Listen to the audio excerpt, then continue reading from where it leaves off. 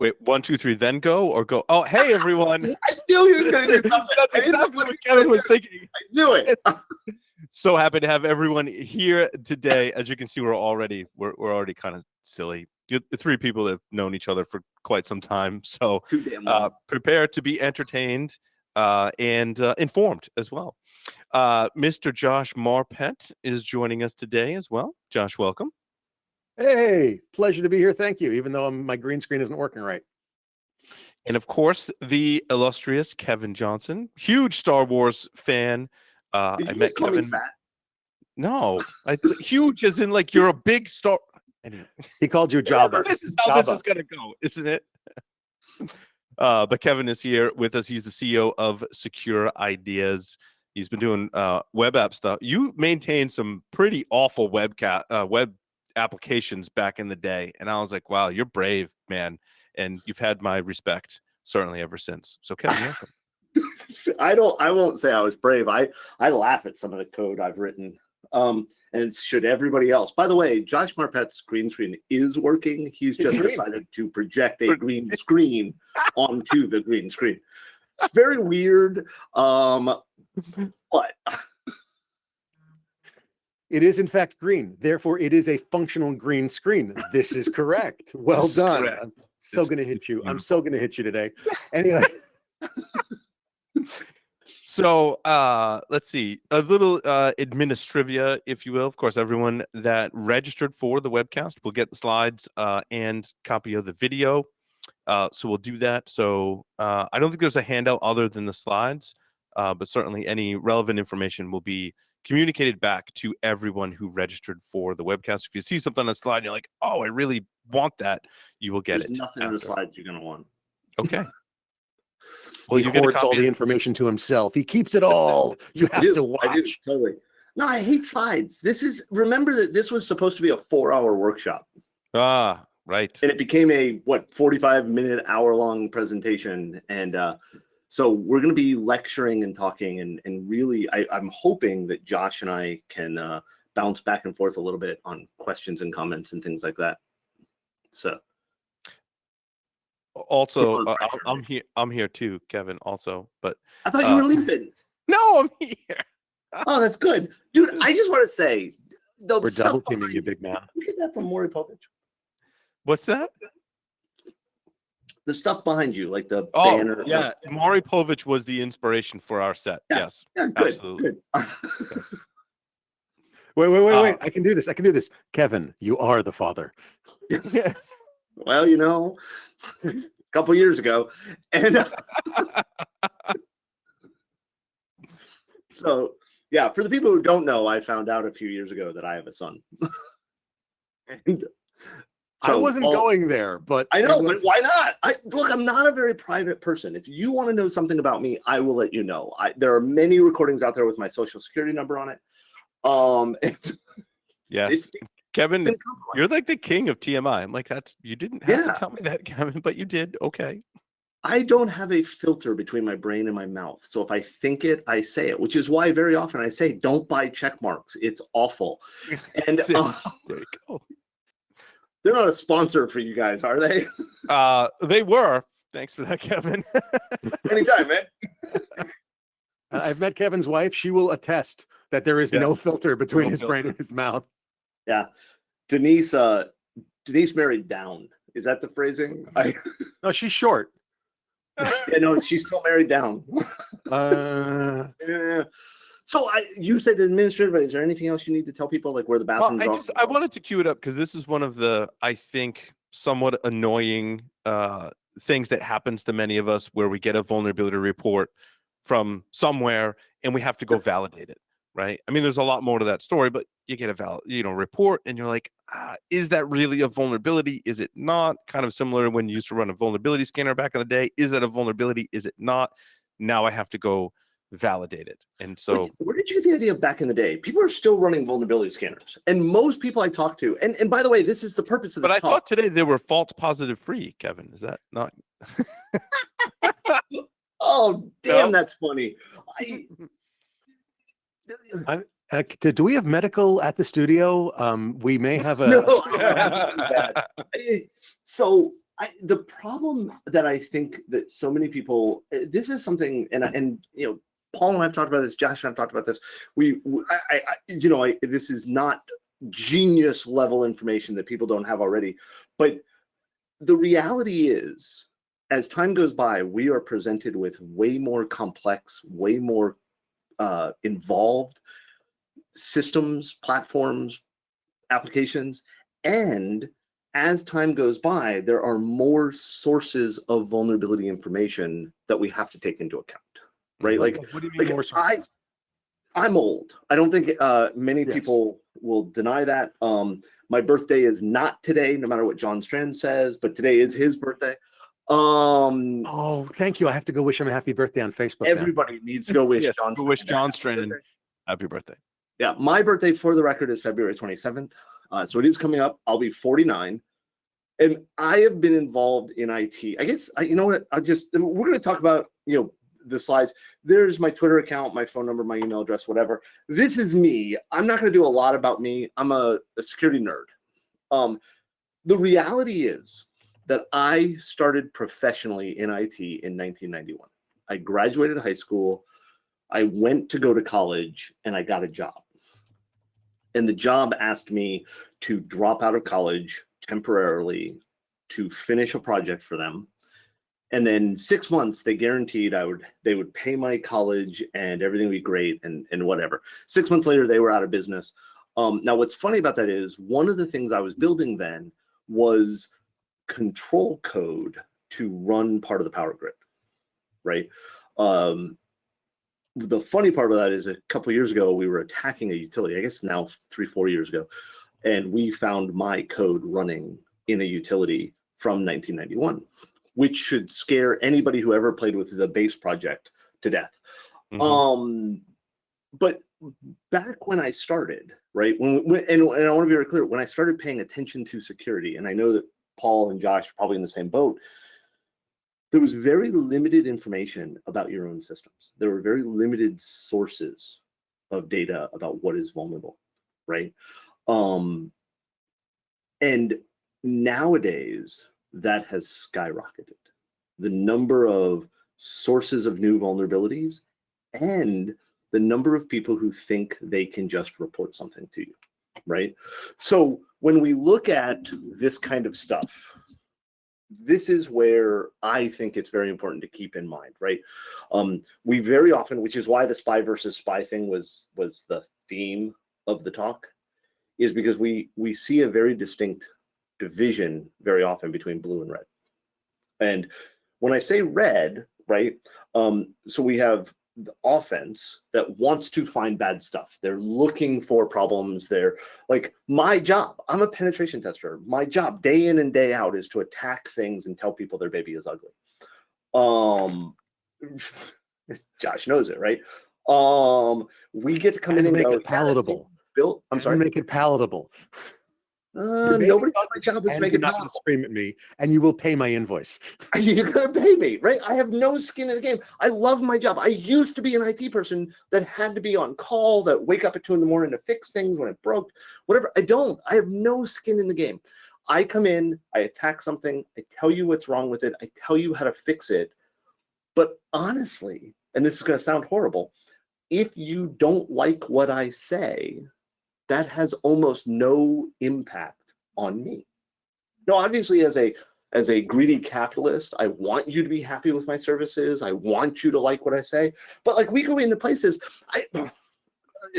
talking back about this job, I went in and I attacked this organization, and oh God, they fell apart. And I was able to get onto this server. It was running SQL Server, and I was able to dump a database of something like 1.5 million people's social security numbers. Right? And I go and we're doing the debrief, and I'm sitting in the room with this guy, these people, but there was this guy, and he was responsible for the system I attacked.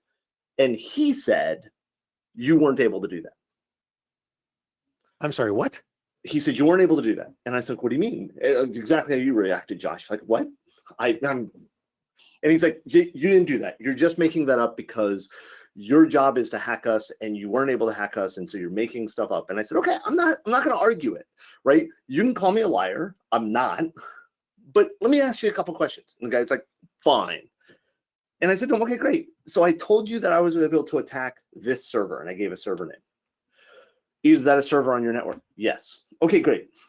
I said to you that I was able to find a SQL server on that server. Is there a SQL server on that server? Yes. Great. I told you that I was able to find a database on that SQL server with this name. Is there a database with that name? Yes.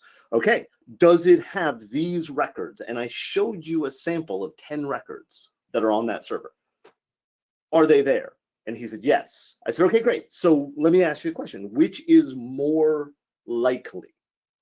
That I accurately guessed a server name, a version of software, a database name, table names, and real records from that database, or that I made it all up and lied because I felt bad I hadn't hacked you. And he insisted I lied. Wow. You know, Kevin, where's your crystal ball? I'm magic, But man. you know, it's interesting. In the past couple of interviews, and one of them was with Wheel from the research group at Qualys that discovered the series of vulnerabilities, and the topic comes up like, if you don't show the exploit and the impact or result of the exploit, will people actually believe you and take action to remediate the problem? The general consensus amongst us security professionals is that no one really, very few will believe you on the theoretical possibility of a vulnerability, and more importantly, the impact of that vulnerability, unless you show the impact. Kevin, your story is interesting because you did show the impact and they still didn't believe you. That's astonishing. Yeah. Well, and you got to understand it, right? This guy's, and I own a company. We have a bunch of employees. I am responsible for their mortgages. We're hiring. I totally get that when you have a job, you want to put as much as you can into it. It's your livelihood. It is your responsibility. And there is a bit of embarrassment as somebody who has run systems that have been compromised, right? There's an embarrassment of, oh, damn, I didn't do it right. I did this bad thing. Mm-hmm. Oh my gosh. And some people's reaction to that, which is good, is, damn it, I need to do better. Let me learn from this. Let me fix. Some people, this jackhole, the reaction is to deny. Right. And we see that all the time. We see that everywhere. So we are attackers. We are focused on finding the flaw, finding what is there. Now, in my opinion, and we'll talk a little bit about this as we go through some of the scenarios, one of the main things we have to do is not just be attackers. We have to be able to understand and explain that impact, that theoretical impact. Because while I can say I stole 3 million credit card numbers from them, I stole $25 million, I blah, blah, blah, blah, blah, the majority of the time, we don't actually go to that extent because the customer doesn't want us to. So we have to be able to look at something and judge it. We also, and this is another thing I'll talk about more in the scenarios, we also have to understand the impact on the business, right? Because if I attack a government agency and steal records that are already public, there is less of an impact than if I attack a corporation and steal records that are not public, right? We have a customer that we deal with. They have a system online that uses FTP and it has medical research records on it. No, it's all anonymized and it's all public. Oh, then that's fine. Exactly. But when you run Nessus against that box, it says, freaks out. Ah, there's bad stuff here. But you have to understand the ramifications. The context. Right. Defense needs to understand the context of both sides. Defense's job is actually harder. And I hate the analogy, and I've used it myself, right? Attacks only have to be right once. The defense has to be right all the time. That's not a true statement. Attackers have to be right once until they get in. Then they have to be right every time. And Blue just has to find the one time they messed up after they get in and catch them. But defense has to understand what they're doing, what they're controlling, and what the attacks mean. the sheer number of times, oh God, and Josh, I know you've run into this, right? You find SQL injection and you tell the person, okay, here's a sample. I was able to do tick or 1 = 1, semicolon, dash, dash, space. And then they say, okay, we fixed it. Come on in and retest it. And you go in and you retest it. And like you put tick or 1 = 1, semicolon, dash, dash, space, and it doesn't work. And so you change it to 2 = 2, and it works, right? That's a sign that the blue side didn't understand. And I will argue that that is in many cases because you didn't explain it well. But, right, but they obviously didn't understand it. And we talk to people all the time, do you know what SQL injection is? Yeah, I know SQL injection is. I know Bobby tables. Yeah, but do you? And so there's that thing. The other thing that we find is that organizations are under attack. And I know that that's trite, right? Oh, we're under attack. No, but the reality is we are. We're under attack by external actors. We're under attack by internal actors. And sometimes that attacker's intent is good, right? What's a journalist in Missouri that did a view source and looked at social security numbers? And oh my goodness, that's I not know even funny how stupid I that know it's is. a little bit more than that, but right? The intent can be good. We'll talk about it in a second with some of the scenarios. The other problem we see, and this is why validation is so important, is that we are already overwhelmed. I don't know anybody who thinks they have enough resources to do what they do. I don't know anybody who has an unlimited budget. And if you do have an unlimited budget, Josh and I'd like you to call us. Seriously. Nobody has the resources they need. Everybody is overwhelmed, and not very many people are helping. I see this all the time with, and this is bad in my opinion. How many times do we see funding for vulnerability discovery? How many times have we seen people say, we'll put $1 million in to find all the flaws in open source software? Yet those attempts to find flaws don't have a corollary of find the flaw and fix the problem. We don't see $1 million budget on doing pull requests to open source libraries that are vulnerable, right? So we can find all the vulnerabilities. Yeah, on smaller scales. I mean, Smaller again, scale, I'll do the Qualys example. They have a small team of researchers, but it takes even that small team of researchers for the PolicyKit vulnerability. It took them X amount of time to discover like the starting points, and then a month to actually discover, weaponize, and disclose that vulnerability. No, when they disclosed it, and I'm not making fun of Qualys here. I'm happy they found it. I'm happy they helped with it. Here's my question: when they disclosed it, did they also do a pull request to the libraries to fix the problem, or did they just tell the projects it was vulnerable? It depends on if the project asks for help. So in some cases, I don't know if it was the pseudo vulnerability or something else, they actually did help them with the fix. With PolicyKit, I believe they validated the fix for them and provided them the exploit as well, so they could properly. PolicyKit's not public, open source, right? It is. No, it is. Yeah, that was an open source. Okay. Yeah. Okay. And I'm thinking about something else.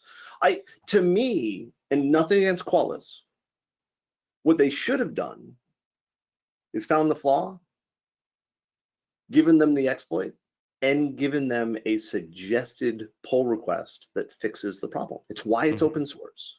Yeah. And in some cases, it's interesting. Some cases they do, some cases they don't, and I'm not sure, what triggers that. Yeah.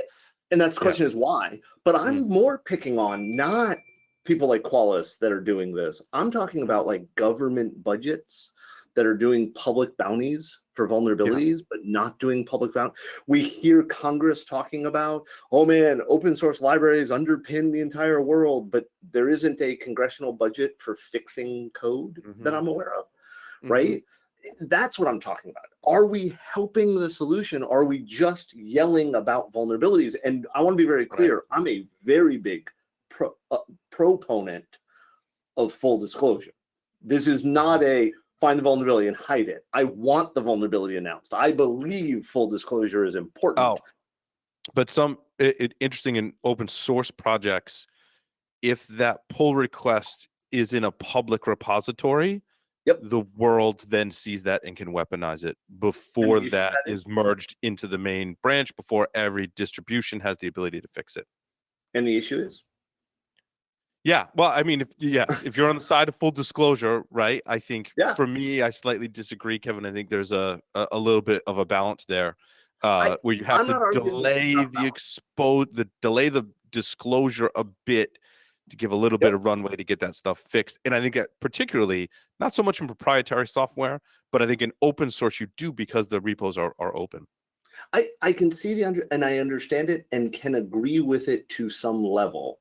That, and I won't use the term responsible disclosure because that's really just another term for sign an NDA and don't tell anybody about my problems. But I do believe there's a balancing act. But even if you don't do the pull request publicly, Yeah, having it could the be private. code fix available, Agreed. having it ready to give to the team. Hey, we found this. Here's the flaw. And what I find is so many bug bounty programs and research teams, they have the exploit development experience. They don't have any, or they don't publicize their let's fix this experience. And that's where I see the problem is that we as an industry are great at saying, man, you suck at what you just did, but not helping it, right? And so when we look at it, right, to me, this is why I say it's so overwhelming about how many different places you get stuff coming in, right? So internally, we have security testing, right? We have development going on. We have infrastructure support. Every IT support group I know has some idea of what they're looking for and scanning stuff or testing or looking, oh, we ran the CIS benchmarks, whatever. Yes. Well, okay, but I mean, there's varying levels of skill with those. No. I'm not saying that everybody does this well. I'm saying these are all the different places you can funnel vulnerability information through. Good point. Okay, that I'm very well said. You're totally right. There's different levels of experience. I've dealt with many of them. And the number of times that I have done a web app pen testing course where I've had to have my TA or facilitator sit next to somebody to show them how to run Firefox in the VM tells me there's different levels of experience. But then we have the external sources, right? And ignoring breaches, right, which is a source of vulnerability information. If you were breached, there's the problem. But we have penetration testing, vulnerability assessments. We have bug bounty programs if you have one. And even if you don't have one or do have one, you also have security researchers. And I know that everybody here is aware of my opinion of security researchers. I think that security researcher is often, not for everybody, there are a number of real security researchers, but I find that many times the person who is calling themselves security researcher is just trying to cover what they were doing. But we get it all the time. Do you know how many times, and we'll talk about it in the next slide, how many times I get an email from a security researcher that is telling me about a vulnerability in the Secure Ideas infrastructure? Don't you leave one deliberately in there just for that? No, I don't have one deliberately in there. We used to have zone transfer turned on, but it wasn't for that. It was so that we could demo zone transfers in class. But we don't have any purposely full vulnerable systems hiding out there. But I get regular emails from people like, oh, you're vulnerable to Heartbleed. And well, let's jump to the next slide, right? So we're going to walk through 4 scenarios. The first one is weak encryption or configurations. And I want to be very clear. I'm trying to figure out how to phrase this. I'm not saying a weak configuration of encryption. I'm saying configuration problems, okay? So what we see a lot of times is we have external network services. And then we have the new 0 day of the day, right? I put du jour there because I always like the soup du jour that like it never changes, which means it's not the soup of the day, it's the soup of the year. But we hear about a new vulnerability, hey, did you know that TLS 1.4 is completely insecure? Wait, 1.4? Yeah, I said that on purpose because I don't believe 1.4 exists yet. It doesn't. Which means it's not secure. We hear about this all the time, right? Oh, you use CBC. How dare you use CBC? You should be using CDC. And again, CDC is about medical stuff, not encryption. Yeah. I have a special hatred in my heart for encryption vulnerabilities, mainly because when we talk about weak SSL, let me ask, how many people here are aware of a breach that happened due to weak SSL? I've been asking about this for years, decades even. Every single person I've ever talked about is not aware of any breaches. I'm not saying they don't exist. I'm saying I've never found one. I've never been told of one. A breach that happened because of your use of SSL 1.0 or TLS 1.0 or 32-bit, whatever, right? But PCI explicitly calls out that you can't use weak encryption. I had a customer that we went in and did a test of their builds for their printers. How weird is that? And we found that they had turned off encryption on every single printer and every single service on the printer. They turned off encryption. They That's still because offer the services. The vulnerability scanners flag it and create a lot of noise. And it's typically the first set of plugins that I ignore and disable, Kevin. Exactly. Yeah. So I their agree. auditors demanded a clean vuln scan of their network. Yep. So and the problem was they were getting self-signed cert problems on these printers, right? And so the auditors flipped out and said, oh my God, this is bad. And so instead of explaining to the auditors what that meant, or actually deploying certs, which is not necessarily possible on all printers, right? Their solution was to do all communication to their printers unencrypted. Yeah. That's awkward. That's awkward. That's not awkward. It's technically, yeah, it really is. Right? And so what they did was they actually went the wrong way. And this is one of the problems with validation of this stuff, right? They were told about a vulnerability. They didn't understand it. I had somebody report to me that Secure Ideas was vulnerable to Heartbleed. And it was about 2 years after Heartbleed came out, maybe 3. And this guy just out of nowhere writes me and says, hey, I was testing secureideas.com and I found that you're vulnerable to Heartbleed. And I wrote back to the guy and I'm like, hey, now internally we were scrambling because I'm a very firm believer that if there's a problem, I probably messed it up first, right? I'm going to work on the assumption that I did it wrong and work from there. Because if I work from the assumption I did it wrong, I can fix me. I can fix what I did. If I work from the assumption that I'm not wrong, then it's worse for me, right? So I just want to underscore how important what Kevin just said is, and it is the premise of how I explain troubleshooting, whether it's IT, cybersecurity, programming, AV, whatever it is. The premise you just described, Kevin, is something that people often get wrong, right? Yes, and it's just very often believing that it was my fault for this, and starting with that assumption will often lead you more quickly to the resolution than the other way around. Absolutely. Yeah. And let's be very clear.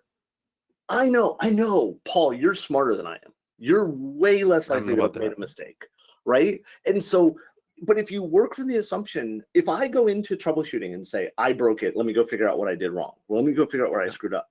It's easier for me to come back in way many meanings of the word easier there. It's way easier for me to come back and go, you know what? I thought I was wrong. I looked at it. I wasn't. I didn't do it wrong. It's this thing over here.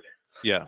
It just works better. If everybody approached life with, let me assume my perspective is wrong and work from there, we'd all get along better. But the other misconception that people start with, Kevin, along these lines is, well, nothing changed. Oh God! Right? Like if something's working and then it's not, or you got a clean vuln scan and then it's not, and they're like, "But wait, nothing's changed." I'm like, "No, like erase that from your brain. Like you're never going to figure out the problem, or at least it's going to be next to impossible if you start with that assumption because something changed. Your job is to figure out what changed." Exactly, and maybe you won't be able to, but you'll still find out what's wrong. Yes. Right. At the very least, you'll have done the research to understand. Understanding is so critical. So I reached back out to this guy. I'm like, hey, dude, thanks. I appreciate you. I don't appreciate. We don't have a bug bounty program. We don't allow people just to scan us. But okay, we won't argue that. let me ask you, you're telling me I'm vulnerable to Heartbleed. Could you tell me where? Because we have a bunch of services under the secureideas.com domain, right? What are you seeing? Because we thought we had this fixed. It was years ago that this was a vulnerability, right? We got right back. He goes, oh, the www site, your main website is vulnerable to Heartbleed. So we scramble a little bit. Nothing we can see shows. So I went back to the guy. Like, dude, you know, not trying to be a jerk, but I got no idea what you're finding. Like, where are you getting this? So I get this very arrogant, cocky SOB response. Well, I ran this tool and it's obvious from this screenshot that you're vulnerable to Heartbleed. Said jackhole was running Nmap against our system with the scripts turned on and was specifically running the Heartbleed check script from Nmap. Mm-hmm. And if you looked at the screenshot, it said not vulnerable to Heartbleed or whatever the string is that says, you know, Heartbleed not detected or whatever. And then underneath it was the debug output because he had run Nmap in debug mode. And part of the debug mode is to show the HTTPS handshake. Mm-hmm. Yeah. And the person was interpreting that as output because of Heartbleed, right? So I got to write back to this person and say, hey, Fyodor has a great website. Here's some documentation of how you're doing this wrong. This is why you think this. That's not right. And in this case, the person didn't know what they were talking about, right? But we had to be able to validate that because it wasn't enough for me just to say to this guy, you're running Nmap wrong. I had to go check. And the way to do this is, one, right off the bat, and by the way, this is not just encryption. This is also when people say, oh, you have RDP exposed to the internet. Oh, you have SMB exposed to the internet. Oh, you're running Nginx and it's an old version and it's vulnerable to this. Whatever the configuration is, or the service is, or whatever, there's two ways to validate this. The first one is the hardest. Asset management.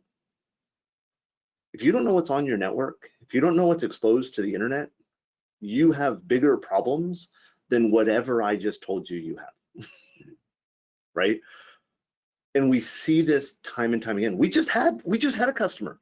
We go to them, we say, hey, we're going to scan your external network. We're going to test your external network. We're going to attack you from your external network. And they gave us a list of subnets that they wanted in scope for the test. And what we found was that 3/4 of the subnets were somebody else.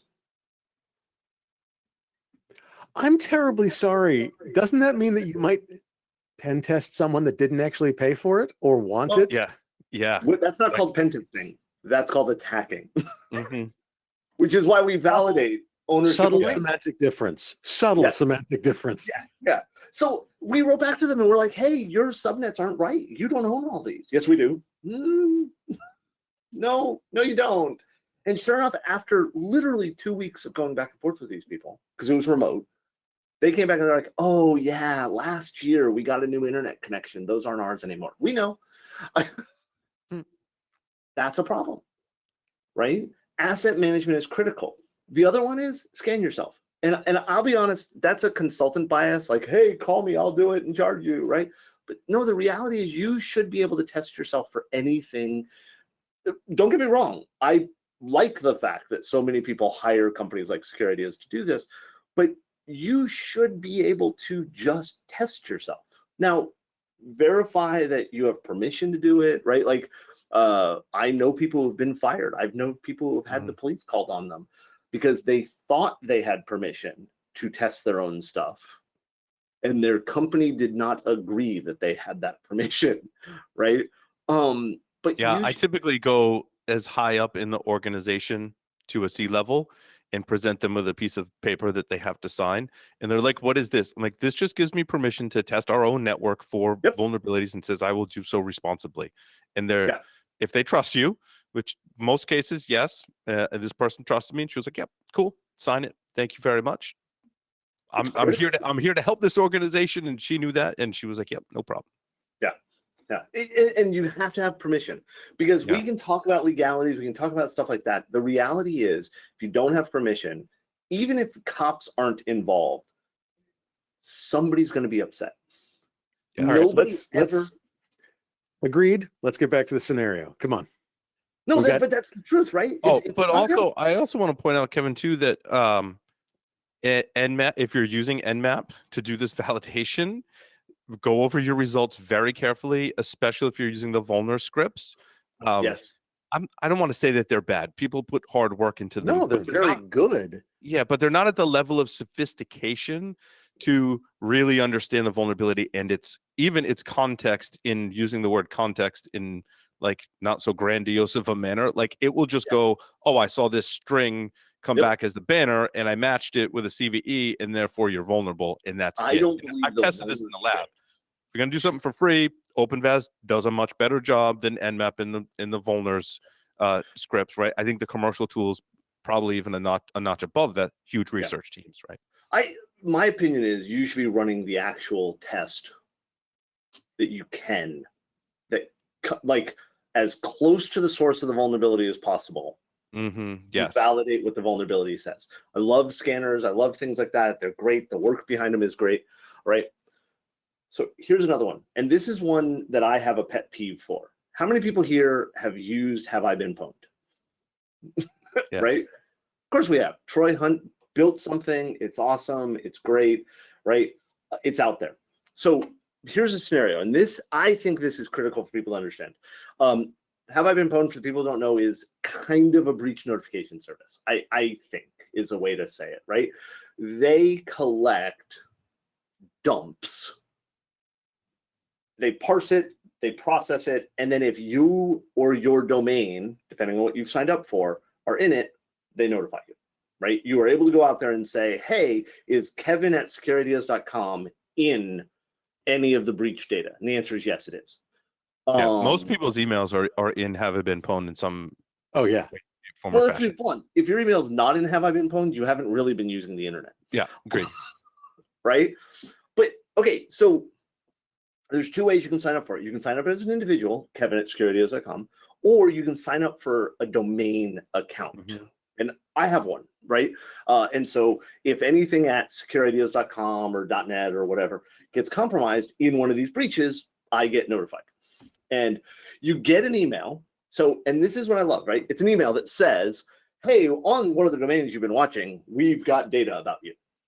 And that's it. It tells you what breach it was and what that means, right? And you have to then go out there and find out what was there. And basically what you do is you go out to the site, you ask it to do a domain search again, it sends you an email, you validate the link, and it tells you the records that it has. And you have to look at that, right? So the very first thing you have to do is you have to understand, for validation, you have to understand what constitutes an HIBP entry. This does not mean your site was hacked. It may. What it means is a record associated with your organization shows up in a data dump. Right. It means either your domain or your email address, at the very least, one of those two pieces of information was in a breach, a dump from a breach. Doesn't mean your password was there. Doesn't mean your social security number was there. It'll tell you what was in that dump if you dig, like you said, Kevin. But yeah, it will tell you examples of what was there, right? Because if you read them, many of them will say, we've got names and email addresses for everybody, and for some people, we have credit card numbers. Right. But it doesn't tell you if your credit card number was there, right? Actually, and I want to say that's important because it's not just breaches. Have I Been Pwned has also been parsing and sorting and analyzing data dumps from marketing companies, right? Because attackers have been going after these marketing companies and then dumping those data sources, right? And so you get these things, and the problem is, and I'm not complaining about what Troy's built, but the email you get in every case says, go change your passwords. It has no context of whether or not your password is actually compromised, or if your password is even part of something or hashed or that.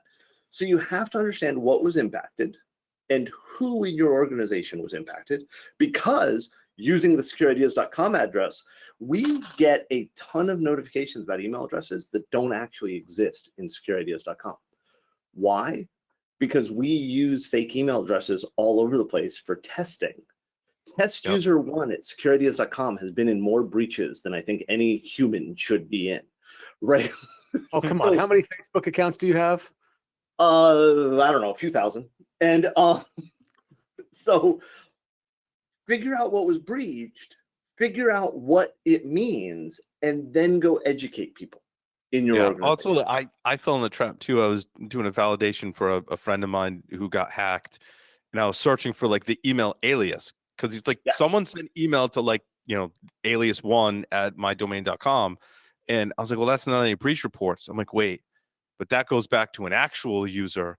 That actual user at domain.com, like, oh, they were in a breach. Like, was it one with passwords, or were they just password sprayed? Right, is the investigation you need to do.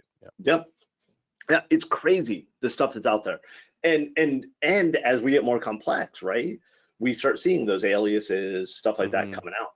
Test user 1 at securityhouse.com isn't a real user. It's an alias that goes out to a series of our consultants that we use during pen tests, right? So pay attention to it. So now let's start talking about some more complicated vulnerabilities that people talk about, okay? One of the things I love talking about when we pen test, when we review systems, when we do consulting, is make sure that you understand where your technology boundaries are. And I don't mean, I'm not saying here what you own and what somebody else owns. I'm sorry? Is there a technology safe word? Is there a technology safe word? It's Coca-Cola. Because when I was a kid, that was the word my parents would use if that sounded wrong. You had safe words with your parents? Yes. If somebody came to pick me up at school that I didn't know, they were supposed to say Coca-Cola to me. I don't know why. My parents had this idea that I was going to be kidnapped. I think they wanted me to be. But so I don't mean technology boundaries of what you own, what you don't own. That is important, especially as we build more complex apps. But I mean where a transaction, where an interaction crosses from one system to another, or from one platform to another, okay? So the example I've got here is an online retailer. We have an online retailer, and they have two distinct applications. One is their catalog for online shopping, stuff like that. The other one is their membership account management application, and that's a mouthful, right? So your user account. Many times, the user management of the system, your profile, your whatever, is separate from the actual online catalog, right? That may be because they outsource it, right? They're using something like Okta or Cognito. It could be because they use that user data system for other, like, I'm a retailer, but I also have this subscription system. I also have this other partner that we work with. And so we centralize user management across 4, 5, 6 different apps, right? Or it could just be because they have different developers, right? And the first time I ran into this, it was actually different developers. You had a development team that was responsible for the catalog, and you had a development team that was responsible for the user login, authentication, authorization, and profile management, okay? Now, here's the best part. They were different languages. One was ColdFusion and one was .NET, right? I mean, there's your problem right there. I'm sorry? There's your problem right there. They were using ColdFusion and .NET. But, you know, we can argue. ColdFusion more so, but. It depends. If you like Java, ColdFusion's great. But, okay, ColdFusion's not great. Here's the problem. ColdFusion and .NET, they don't share a session state. So how did they share the session across the demarcation? How do you think? Don't know. Of course, they pushed it down to the flipping browser. Cookie. Right. Why Wait, not? so they just session stealing their own users. Yeah. They were putting their session tickets in the browser. Let me be very clear. It worked. You were able to buy stuff. You were able to manage your users. Now, here's what I say. What I'm describing here with ColdFusion and .NET is old, okay? But I see it more and more today with JavaScript. Modern applications are so client heavy that many of the web applications and mobile apps that we see today, they're actually pushing session state. They don't call it session state down to the browser, and they're trusting local It's a personalization cookie. It's a personalization cookie. I love it. But, I mean, Kevin, you do a lot of more web app testing than I do, which isn't saying much. But what I've seen just in my purview, limited purview into web applications, is they push way too much into the browser.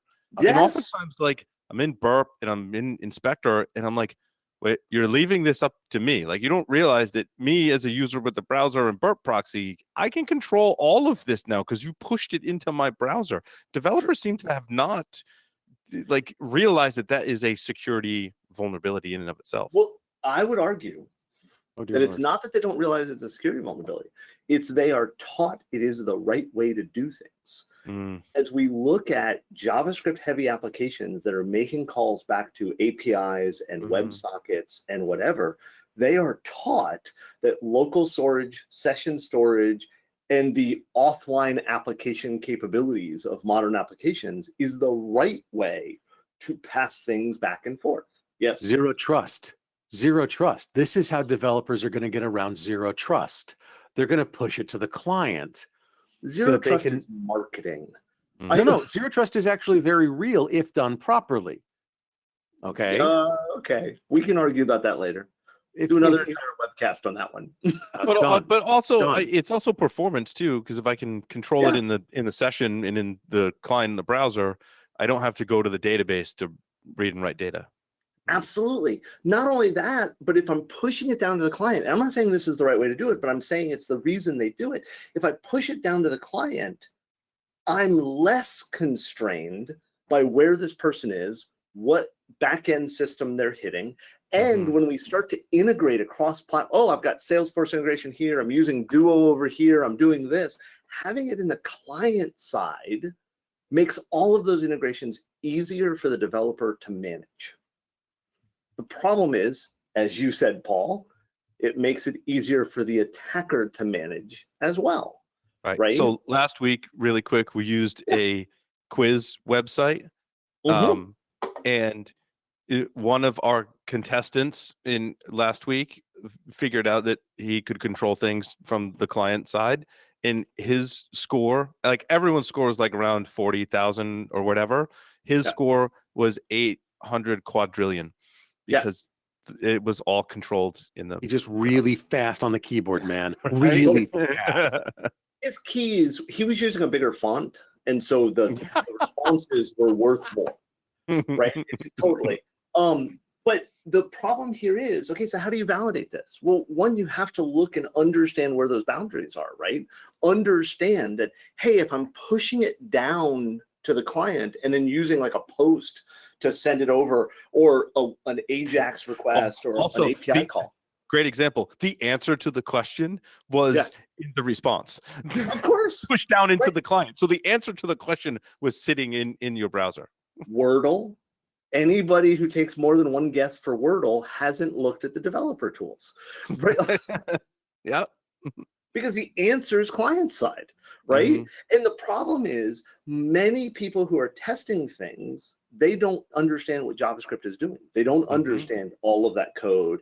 And especially when you minimize the code, so it's not as easy to read, right? To understand. And that's why using something like Burp or Zap to see the transactional flow between boundaries, right, is so critical to understand this, right? So the last scenario, and I think we're good on time. Yeah.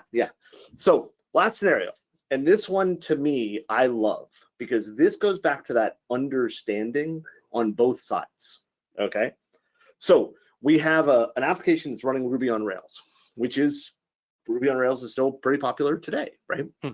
One of the things that I love about Ruby on Rails, and you guys know the rule, right? That if a pen tester likes something, get it off your network. Bad. Yeah, it's bad. Yeah, I love SharePoint.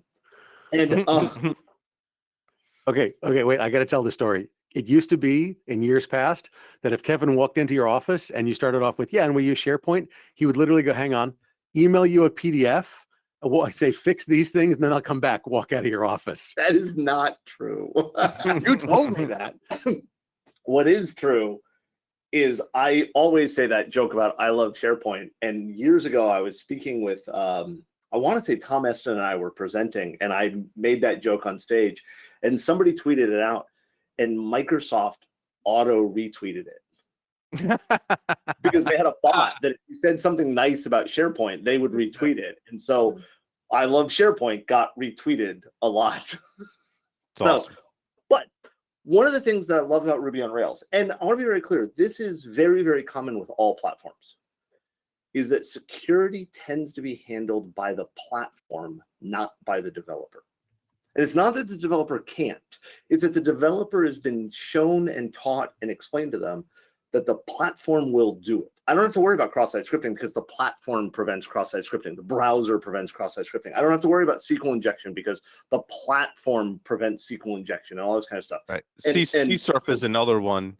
Oh, God. But, OWASP Top 10 like took CSurf off because it's fixed. yeah, but like you have to implement, like in Flask, you have to actually write code to implement it. And if you don't, then you don't get that protection. But right. And that's the problem is they assume the platform does it when the platform offers it. The one with Ruby on Rails that I love so much is that Ruby on Rails very often is said to not be vulnerable to SQL injection. They will make, people will make the claim that you cannot attack Ruby on Rails with SQL injection. Why? Because it doesn't use SQL queries. It uses what it calls active record queries. Now, wait, is this like SQL alchemy? What do they call those? In Using an object relational. Wait, what's an ORM? This is not an ORM. What they've done is they've built a technology called active record that does the queries. And really what it does under the hood is it converts it into SQL queries. Right. It's similar to an ORM, right? Similar to an ORM, but different, right? Okay. Yeah, but good question. Here's the problem. They're absolutely right. If you put tick or 1 = 1 semicolon dash dash space, and for the people who don't know, the space is there for MySQL. If you have two comments, the dash dash, and you don't put a space, MySQL ignores the comment characters, and the other RDBMSs don't care. I've had people say to me before, why does he keep saying space? It's there for that reason. And that's old. I'm old, okay? But if you put that tick in there, you don't get a SQL error back. You don't get, right? Because it doesn't use it that way. What it uses is the active record format. So instead of putting a single quote, you put in, and if I remember correctly, it's brackets and double, right? Like it's more of a JSON syntax looking thing, right? It's a database abstraction layer. I think you could label that. Absolutely, absolutely. And so you still have injections. And by the way, remember what I was telling that story about? I got the data out of the database, and the admin was like, "No, you didn't. It's this application." Because in his head, what he believed, first off, it was his system, it couldn't be vulnerable. In his head, SQL injection wasn't possible. And the problem was, I wasn't telling him he was vulnerable to SQL injection. I was telling him he had a vulnerability that enabled me to get to the database, right? He had what did you call it? Active record. He had an active record injection vulnerability. Right. But I wasn't calling it that because what I find is, because there's the other side of this, if it's not listed on the top 10, it's not a real vulnerability. If there's not a name to the vulnerability, it's not a real vulnerability. It's like, and I know you've met people like that, right? Kevin, you missed your opportunity to name an active record vulnerability. I am a firm believer that we need to stop naming stuff. We do ourselves a disservice by coming up with jingles and websites and commercials around the vulnerabilities we create. Wait until a vulnerability has a jingle. Oh my God, that's an awesome idea. I've been saying it for years. I think somebody needs to hire Weird Al to come up with vulnerability jingles. I was hoping one would get a dance. Golf sponsor will put together a vulnerability jingle. I'll get him to do it. Okay. But here's the reality. As long as we are saying to people, be worried about poodle, be worried about zombie poodle, be worried about heartbleed, be worried about smusher smasher mish, right? Or smashmallows, or right? Like whatever it is, I've got the Tamagotchi vulnerability. we ignore the reality, and that is that the vulnerability exists. And it's bad because it's a vulnerability, not because it was found and is a named thing. And way too many people, not in InfoSec, well, you have many people in InfoSec, but way too many people beyond us, the people we're supposed to be helping, the people we're supposed to be guiding, the people we're supposed to be supporting, have been trained to focus not on what risk is, because we suck at risk. That's why people are afraid of sharks, but not cows. We don't understand risk. We focus on names, right? And that's a problem. And this is the perfect example. This guy was looking for SQL injection and had fixed the problem, right? So how do you validate this? Understand what the protection is. Like your Flask example, Paul, right? Understand that it offers the protection only if you add the code that calls the protection, right? Understand that. And understand, I say here, handle input safely, double check everything. What I mean by that is make sure you understand what input is. Because a lot of people, especially old farts like us, right? We think about it as, oh, it's a form, it got submitted, that's input. But do you know how much input comes because we make a call to an API and it returns data that is actually untrusted data? But because it came from a system that we believe we trust, we accept that and use it. The Log4j vulnerability is the perfect example of a vulnerability caused because of input that wasn't considered input, right? Think about these things, understand what you're getting into, and then go from there, right? Here's the reality. The world sucks. We're all gonna die. Life has a 100% mortality rate, right? Do the best we can, share with each other, and talk. I'm going to go back to what Paul said earlier was so important, and I agree it was important. Work from the assumption that you're wrong. Work from the assumption that what you built is insecure. I wake up every morning with the idea that Secure Ideas has vulnerabilities in everything we deploy. Why? I don't believe we do. We test the hell out of it. We have a third party test the hell out of it. But I'd rather believe that what we built isn't good and work on fixing it than live in some reality that I've made up that pretends I'm infallible and did everything right. Because God, I know I didn't. You know? Yeah, because I mean, one thing is you're not going to look for those vulnerabilities if you don't believe they exist. Exactly. Yep. What's your favorite vulnerability, Kevin? I'm sorry? What's your favorite vulnerability? Not believing I'm attractive. Ignorance. Aww. Ignorance is my favorite vulnerability. I mean, it ties into Kevin's story, right? It's the data. I hate to pick on the database admin, right? But it's the database admin that believes I'm not vulnerable to SQL injection. Well, guess what? That's the first thing I'm going to go after. Yeah, ignorance is worse. And I want to be very clear. Paul, you're absolutely ignorance. Ignorance isn't an insult. If I say that you're ignorant, I know we've used it that way, that people have taken ignorant and used it as an insult. Ignorance just means you don't know. Stupidity is that you should have known or you had the chance to know and you chose not to. We have way too many stupid people in the world. I am so ignorant, it's not even funny. There are so many things I don't know. And that's why I talk to people all the time and they're like, man, I wish I knew as much as you did. Like people trying to get into the industry. It's, oh God, no, you don't. Every day I learn something new. And when I learn that new thing, I find the 30 things I didn't even know existed for me to know. That's why I say to people all the time, we don't have imposter syndrome as widespread in our industry as we think we do. Nothing against people who have imposter syndrome, nothing against that, but I believe that we use that term incorrectly. I think that many people who do not believe they know enough, myself included, it's not that we don't know enough, it's that we know so many things that we don't know, that it overwhelms us with this feeling of inability, right? Yeah. Early in my career, someone was like, the more I learn, the more I realize I don't know. And I was like, oh, wow, that's like a really good lesson for me to take with me in the rest of my career and, in this field. It's so true. It absolutely is. So I appreciate it. I hope this was helpful to somebody. I don't know. We're here. We're at the end. No, So- that was awesome. In just to be clear, in Discord, we've decided that since vulnerabilities are important and special and need jingles, they're going to be minting all of them as NFTs. We need a blockchain. Blockchain will solve all our problems. Are we creating Vulncoin?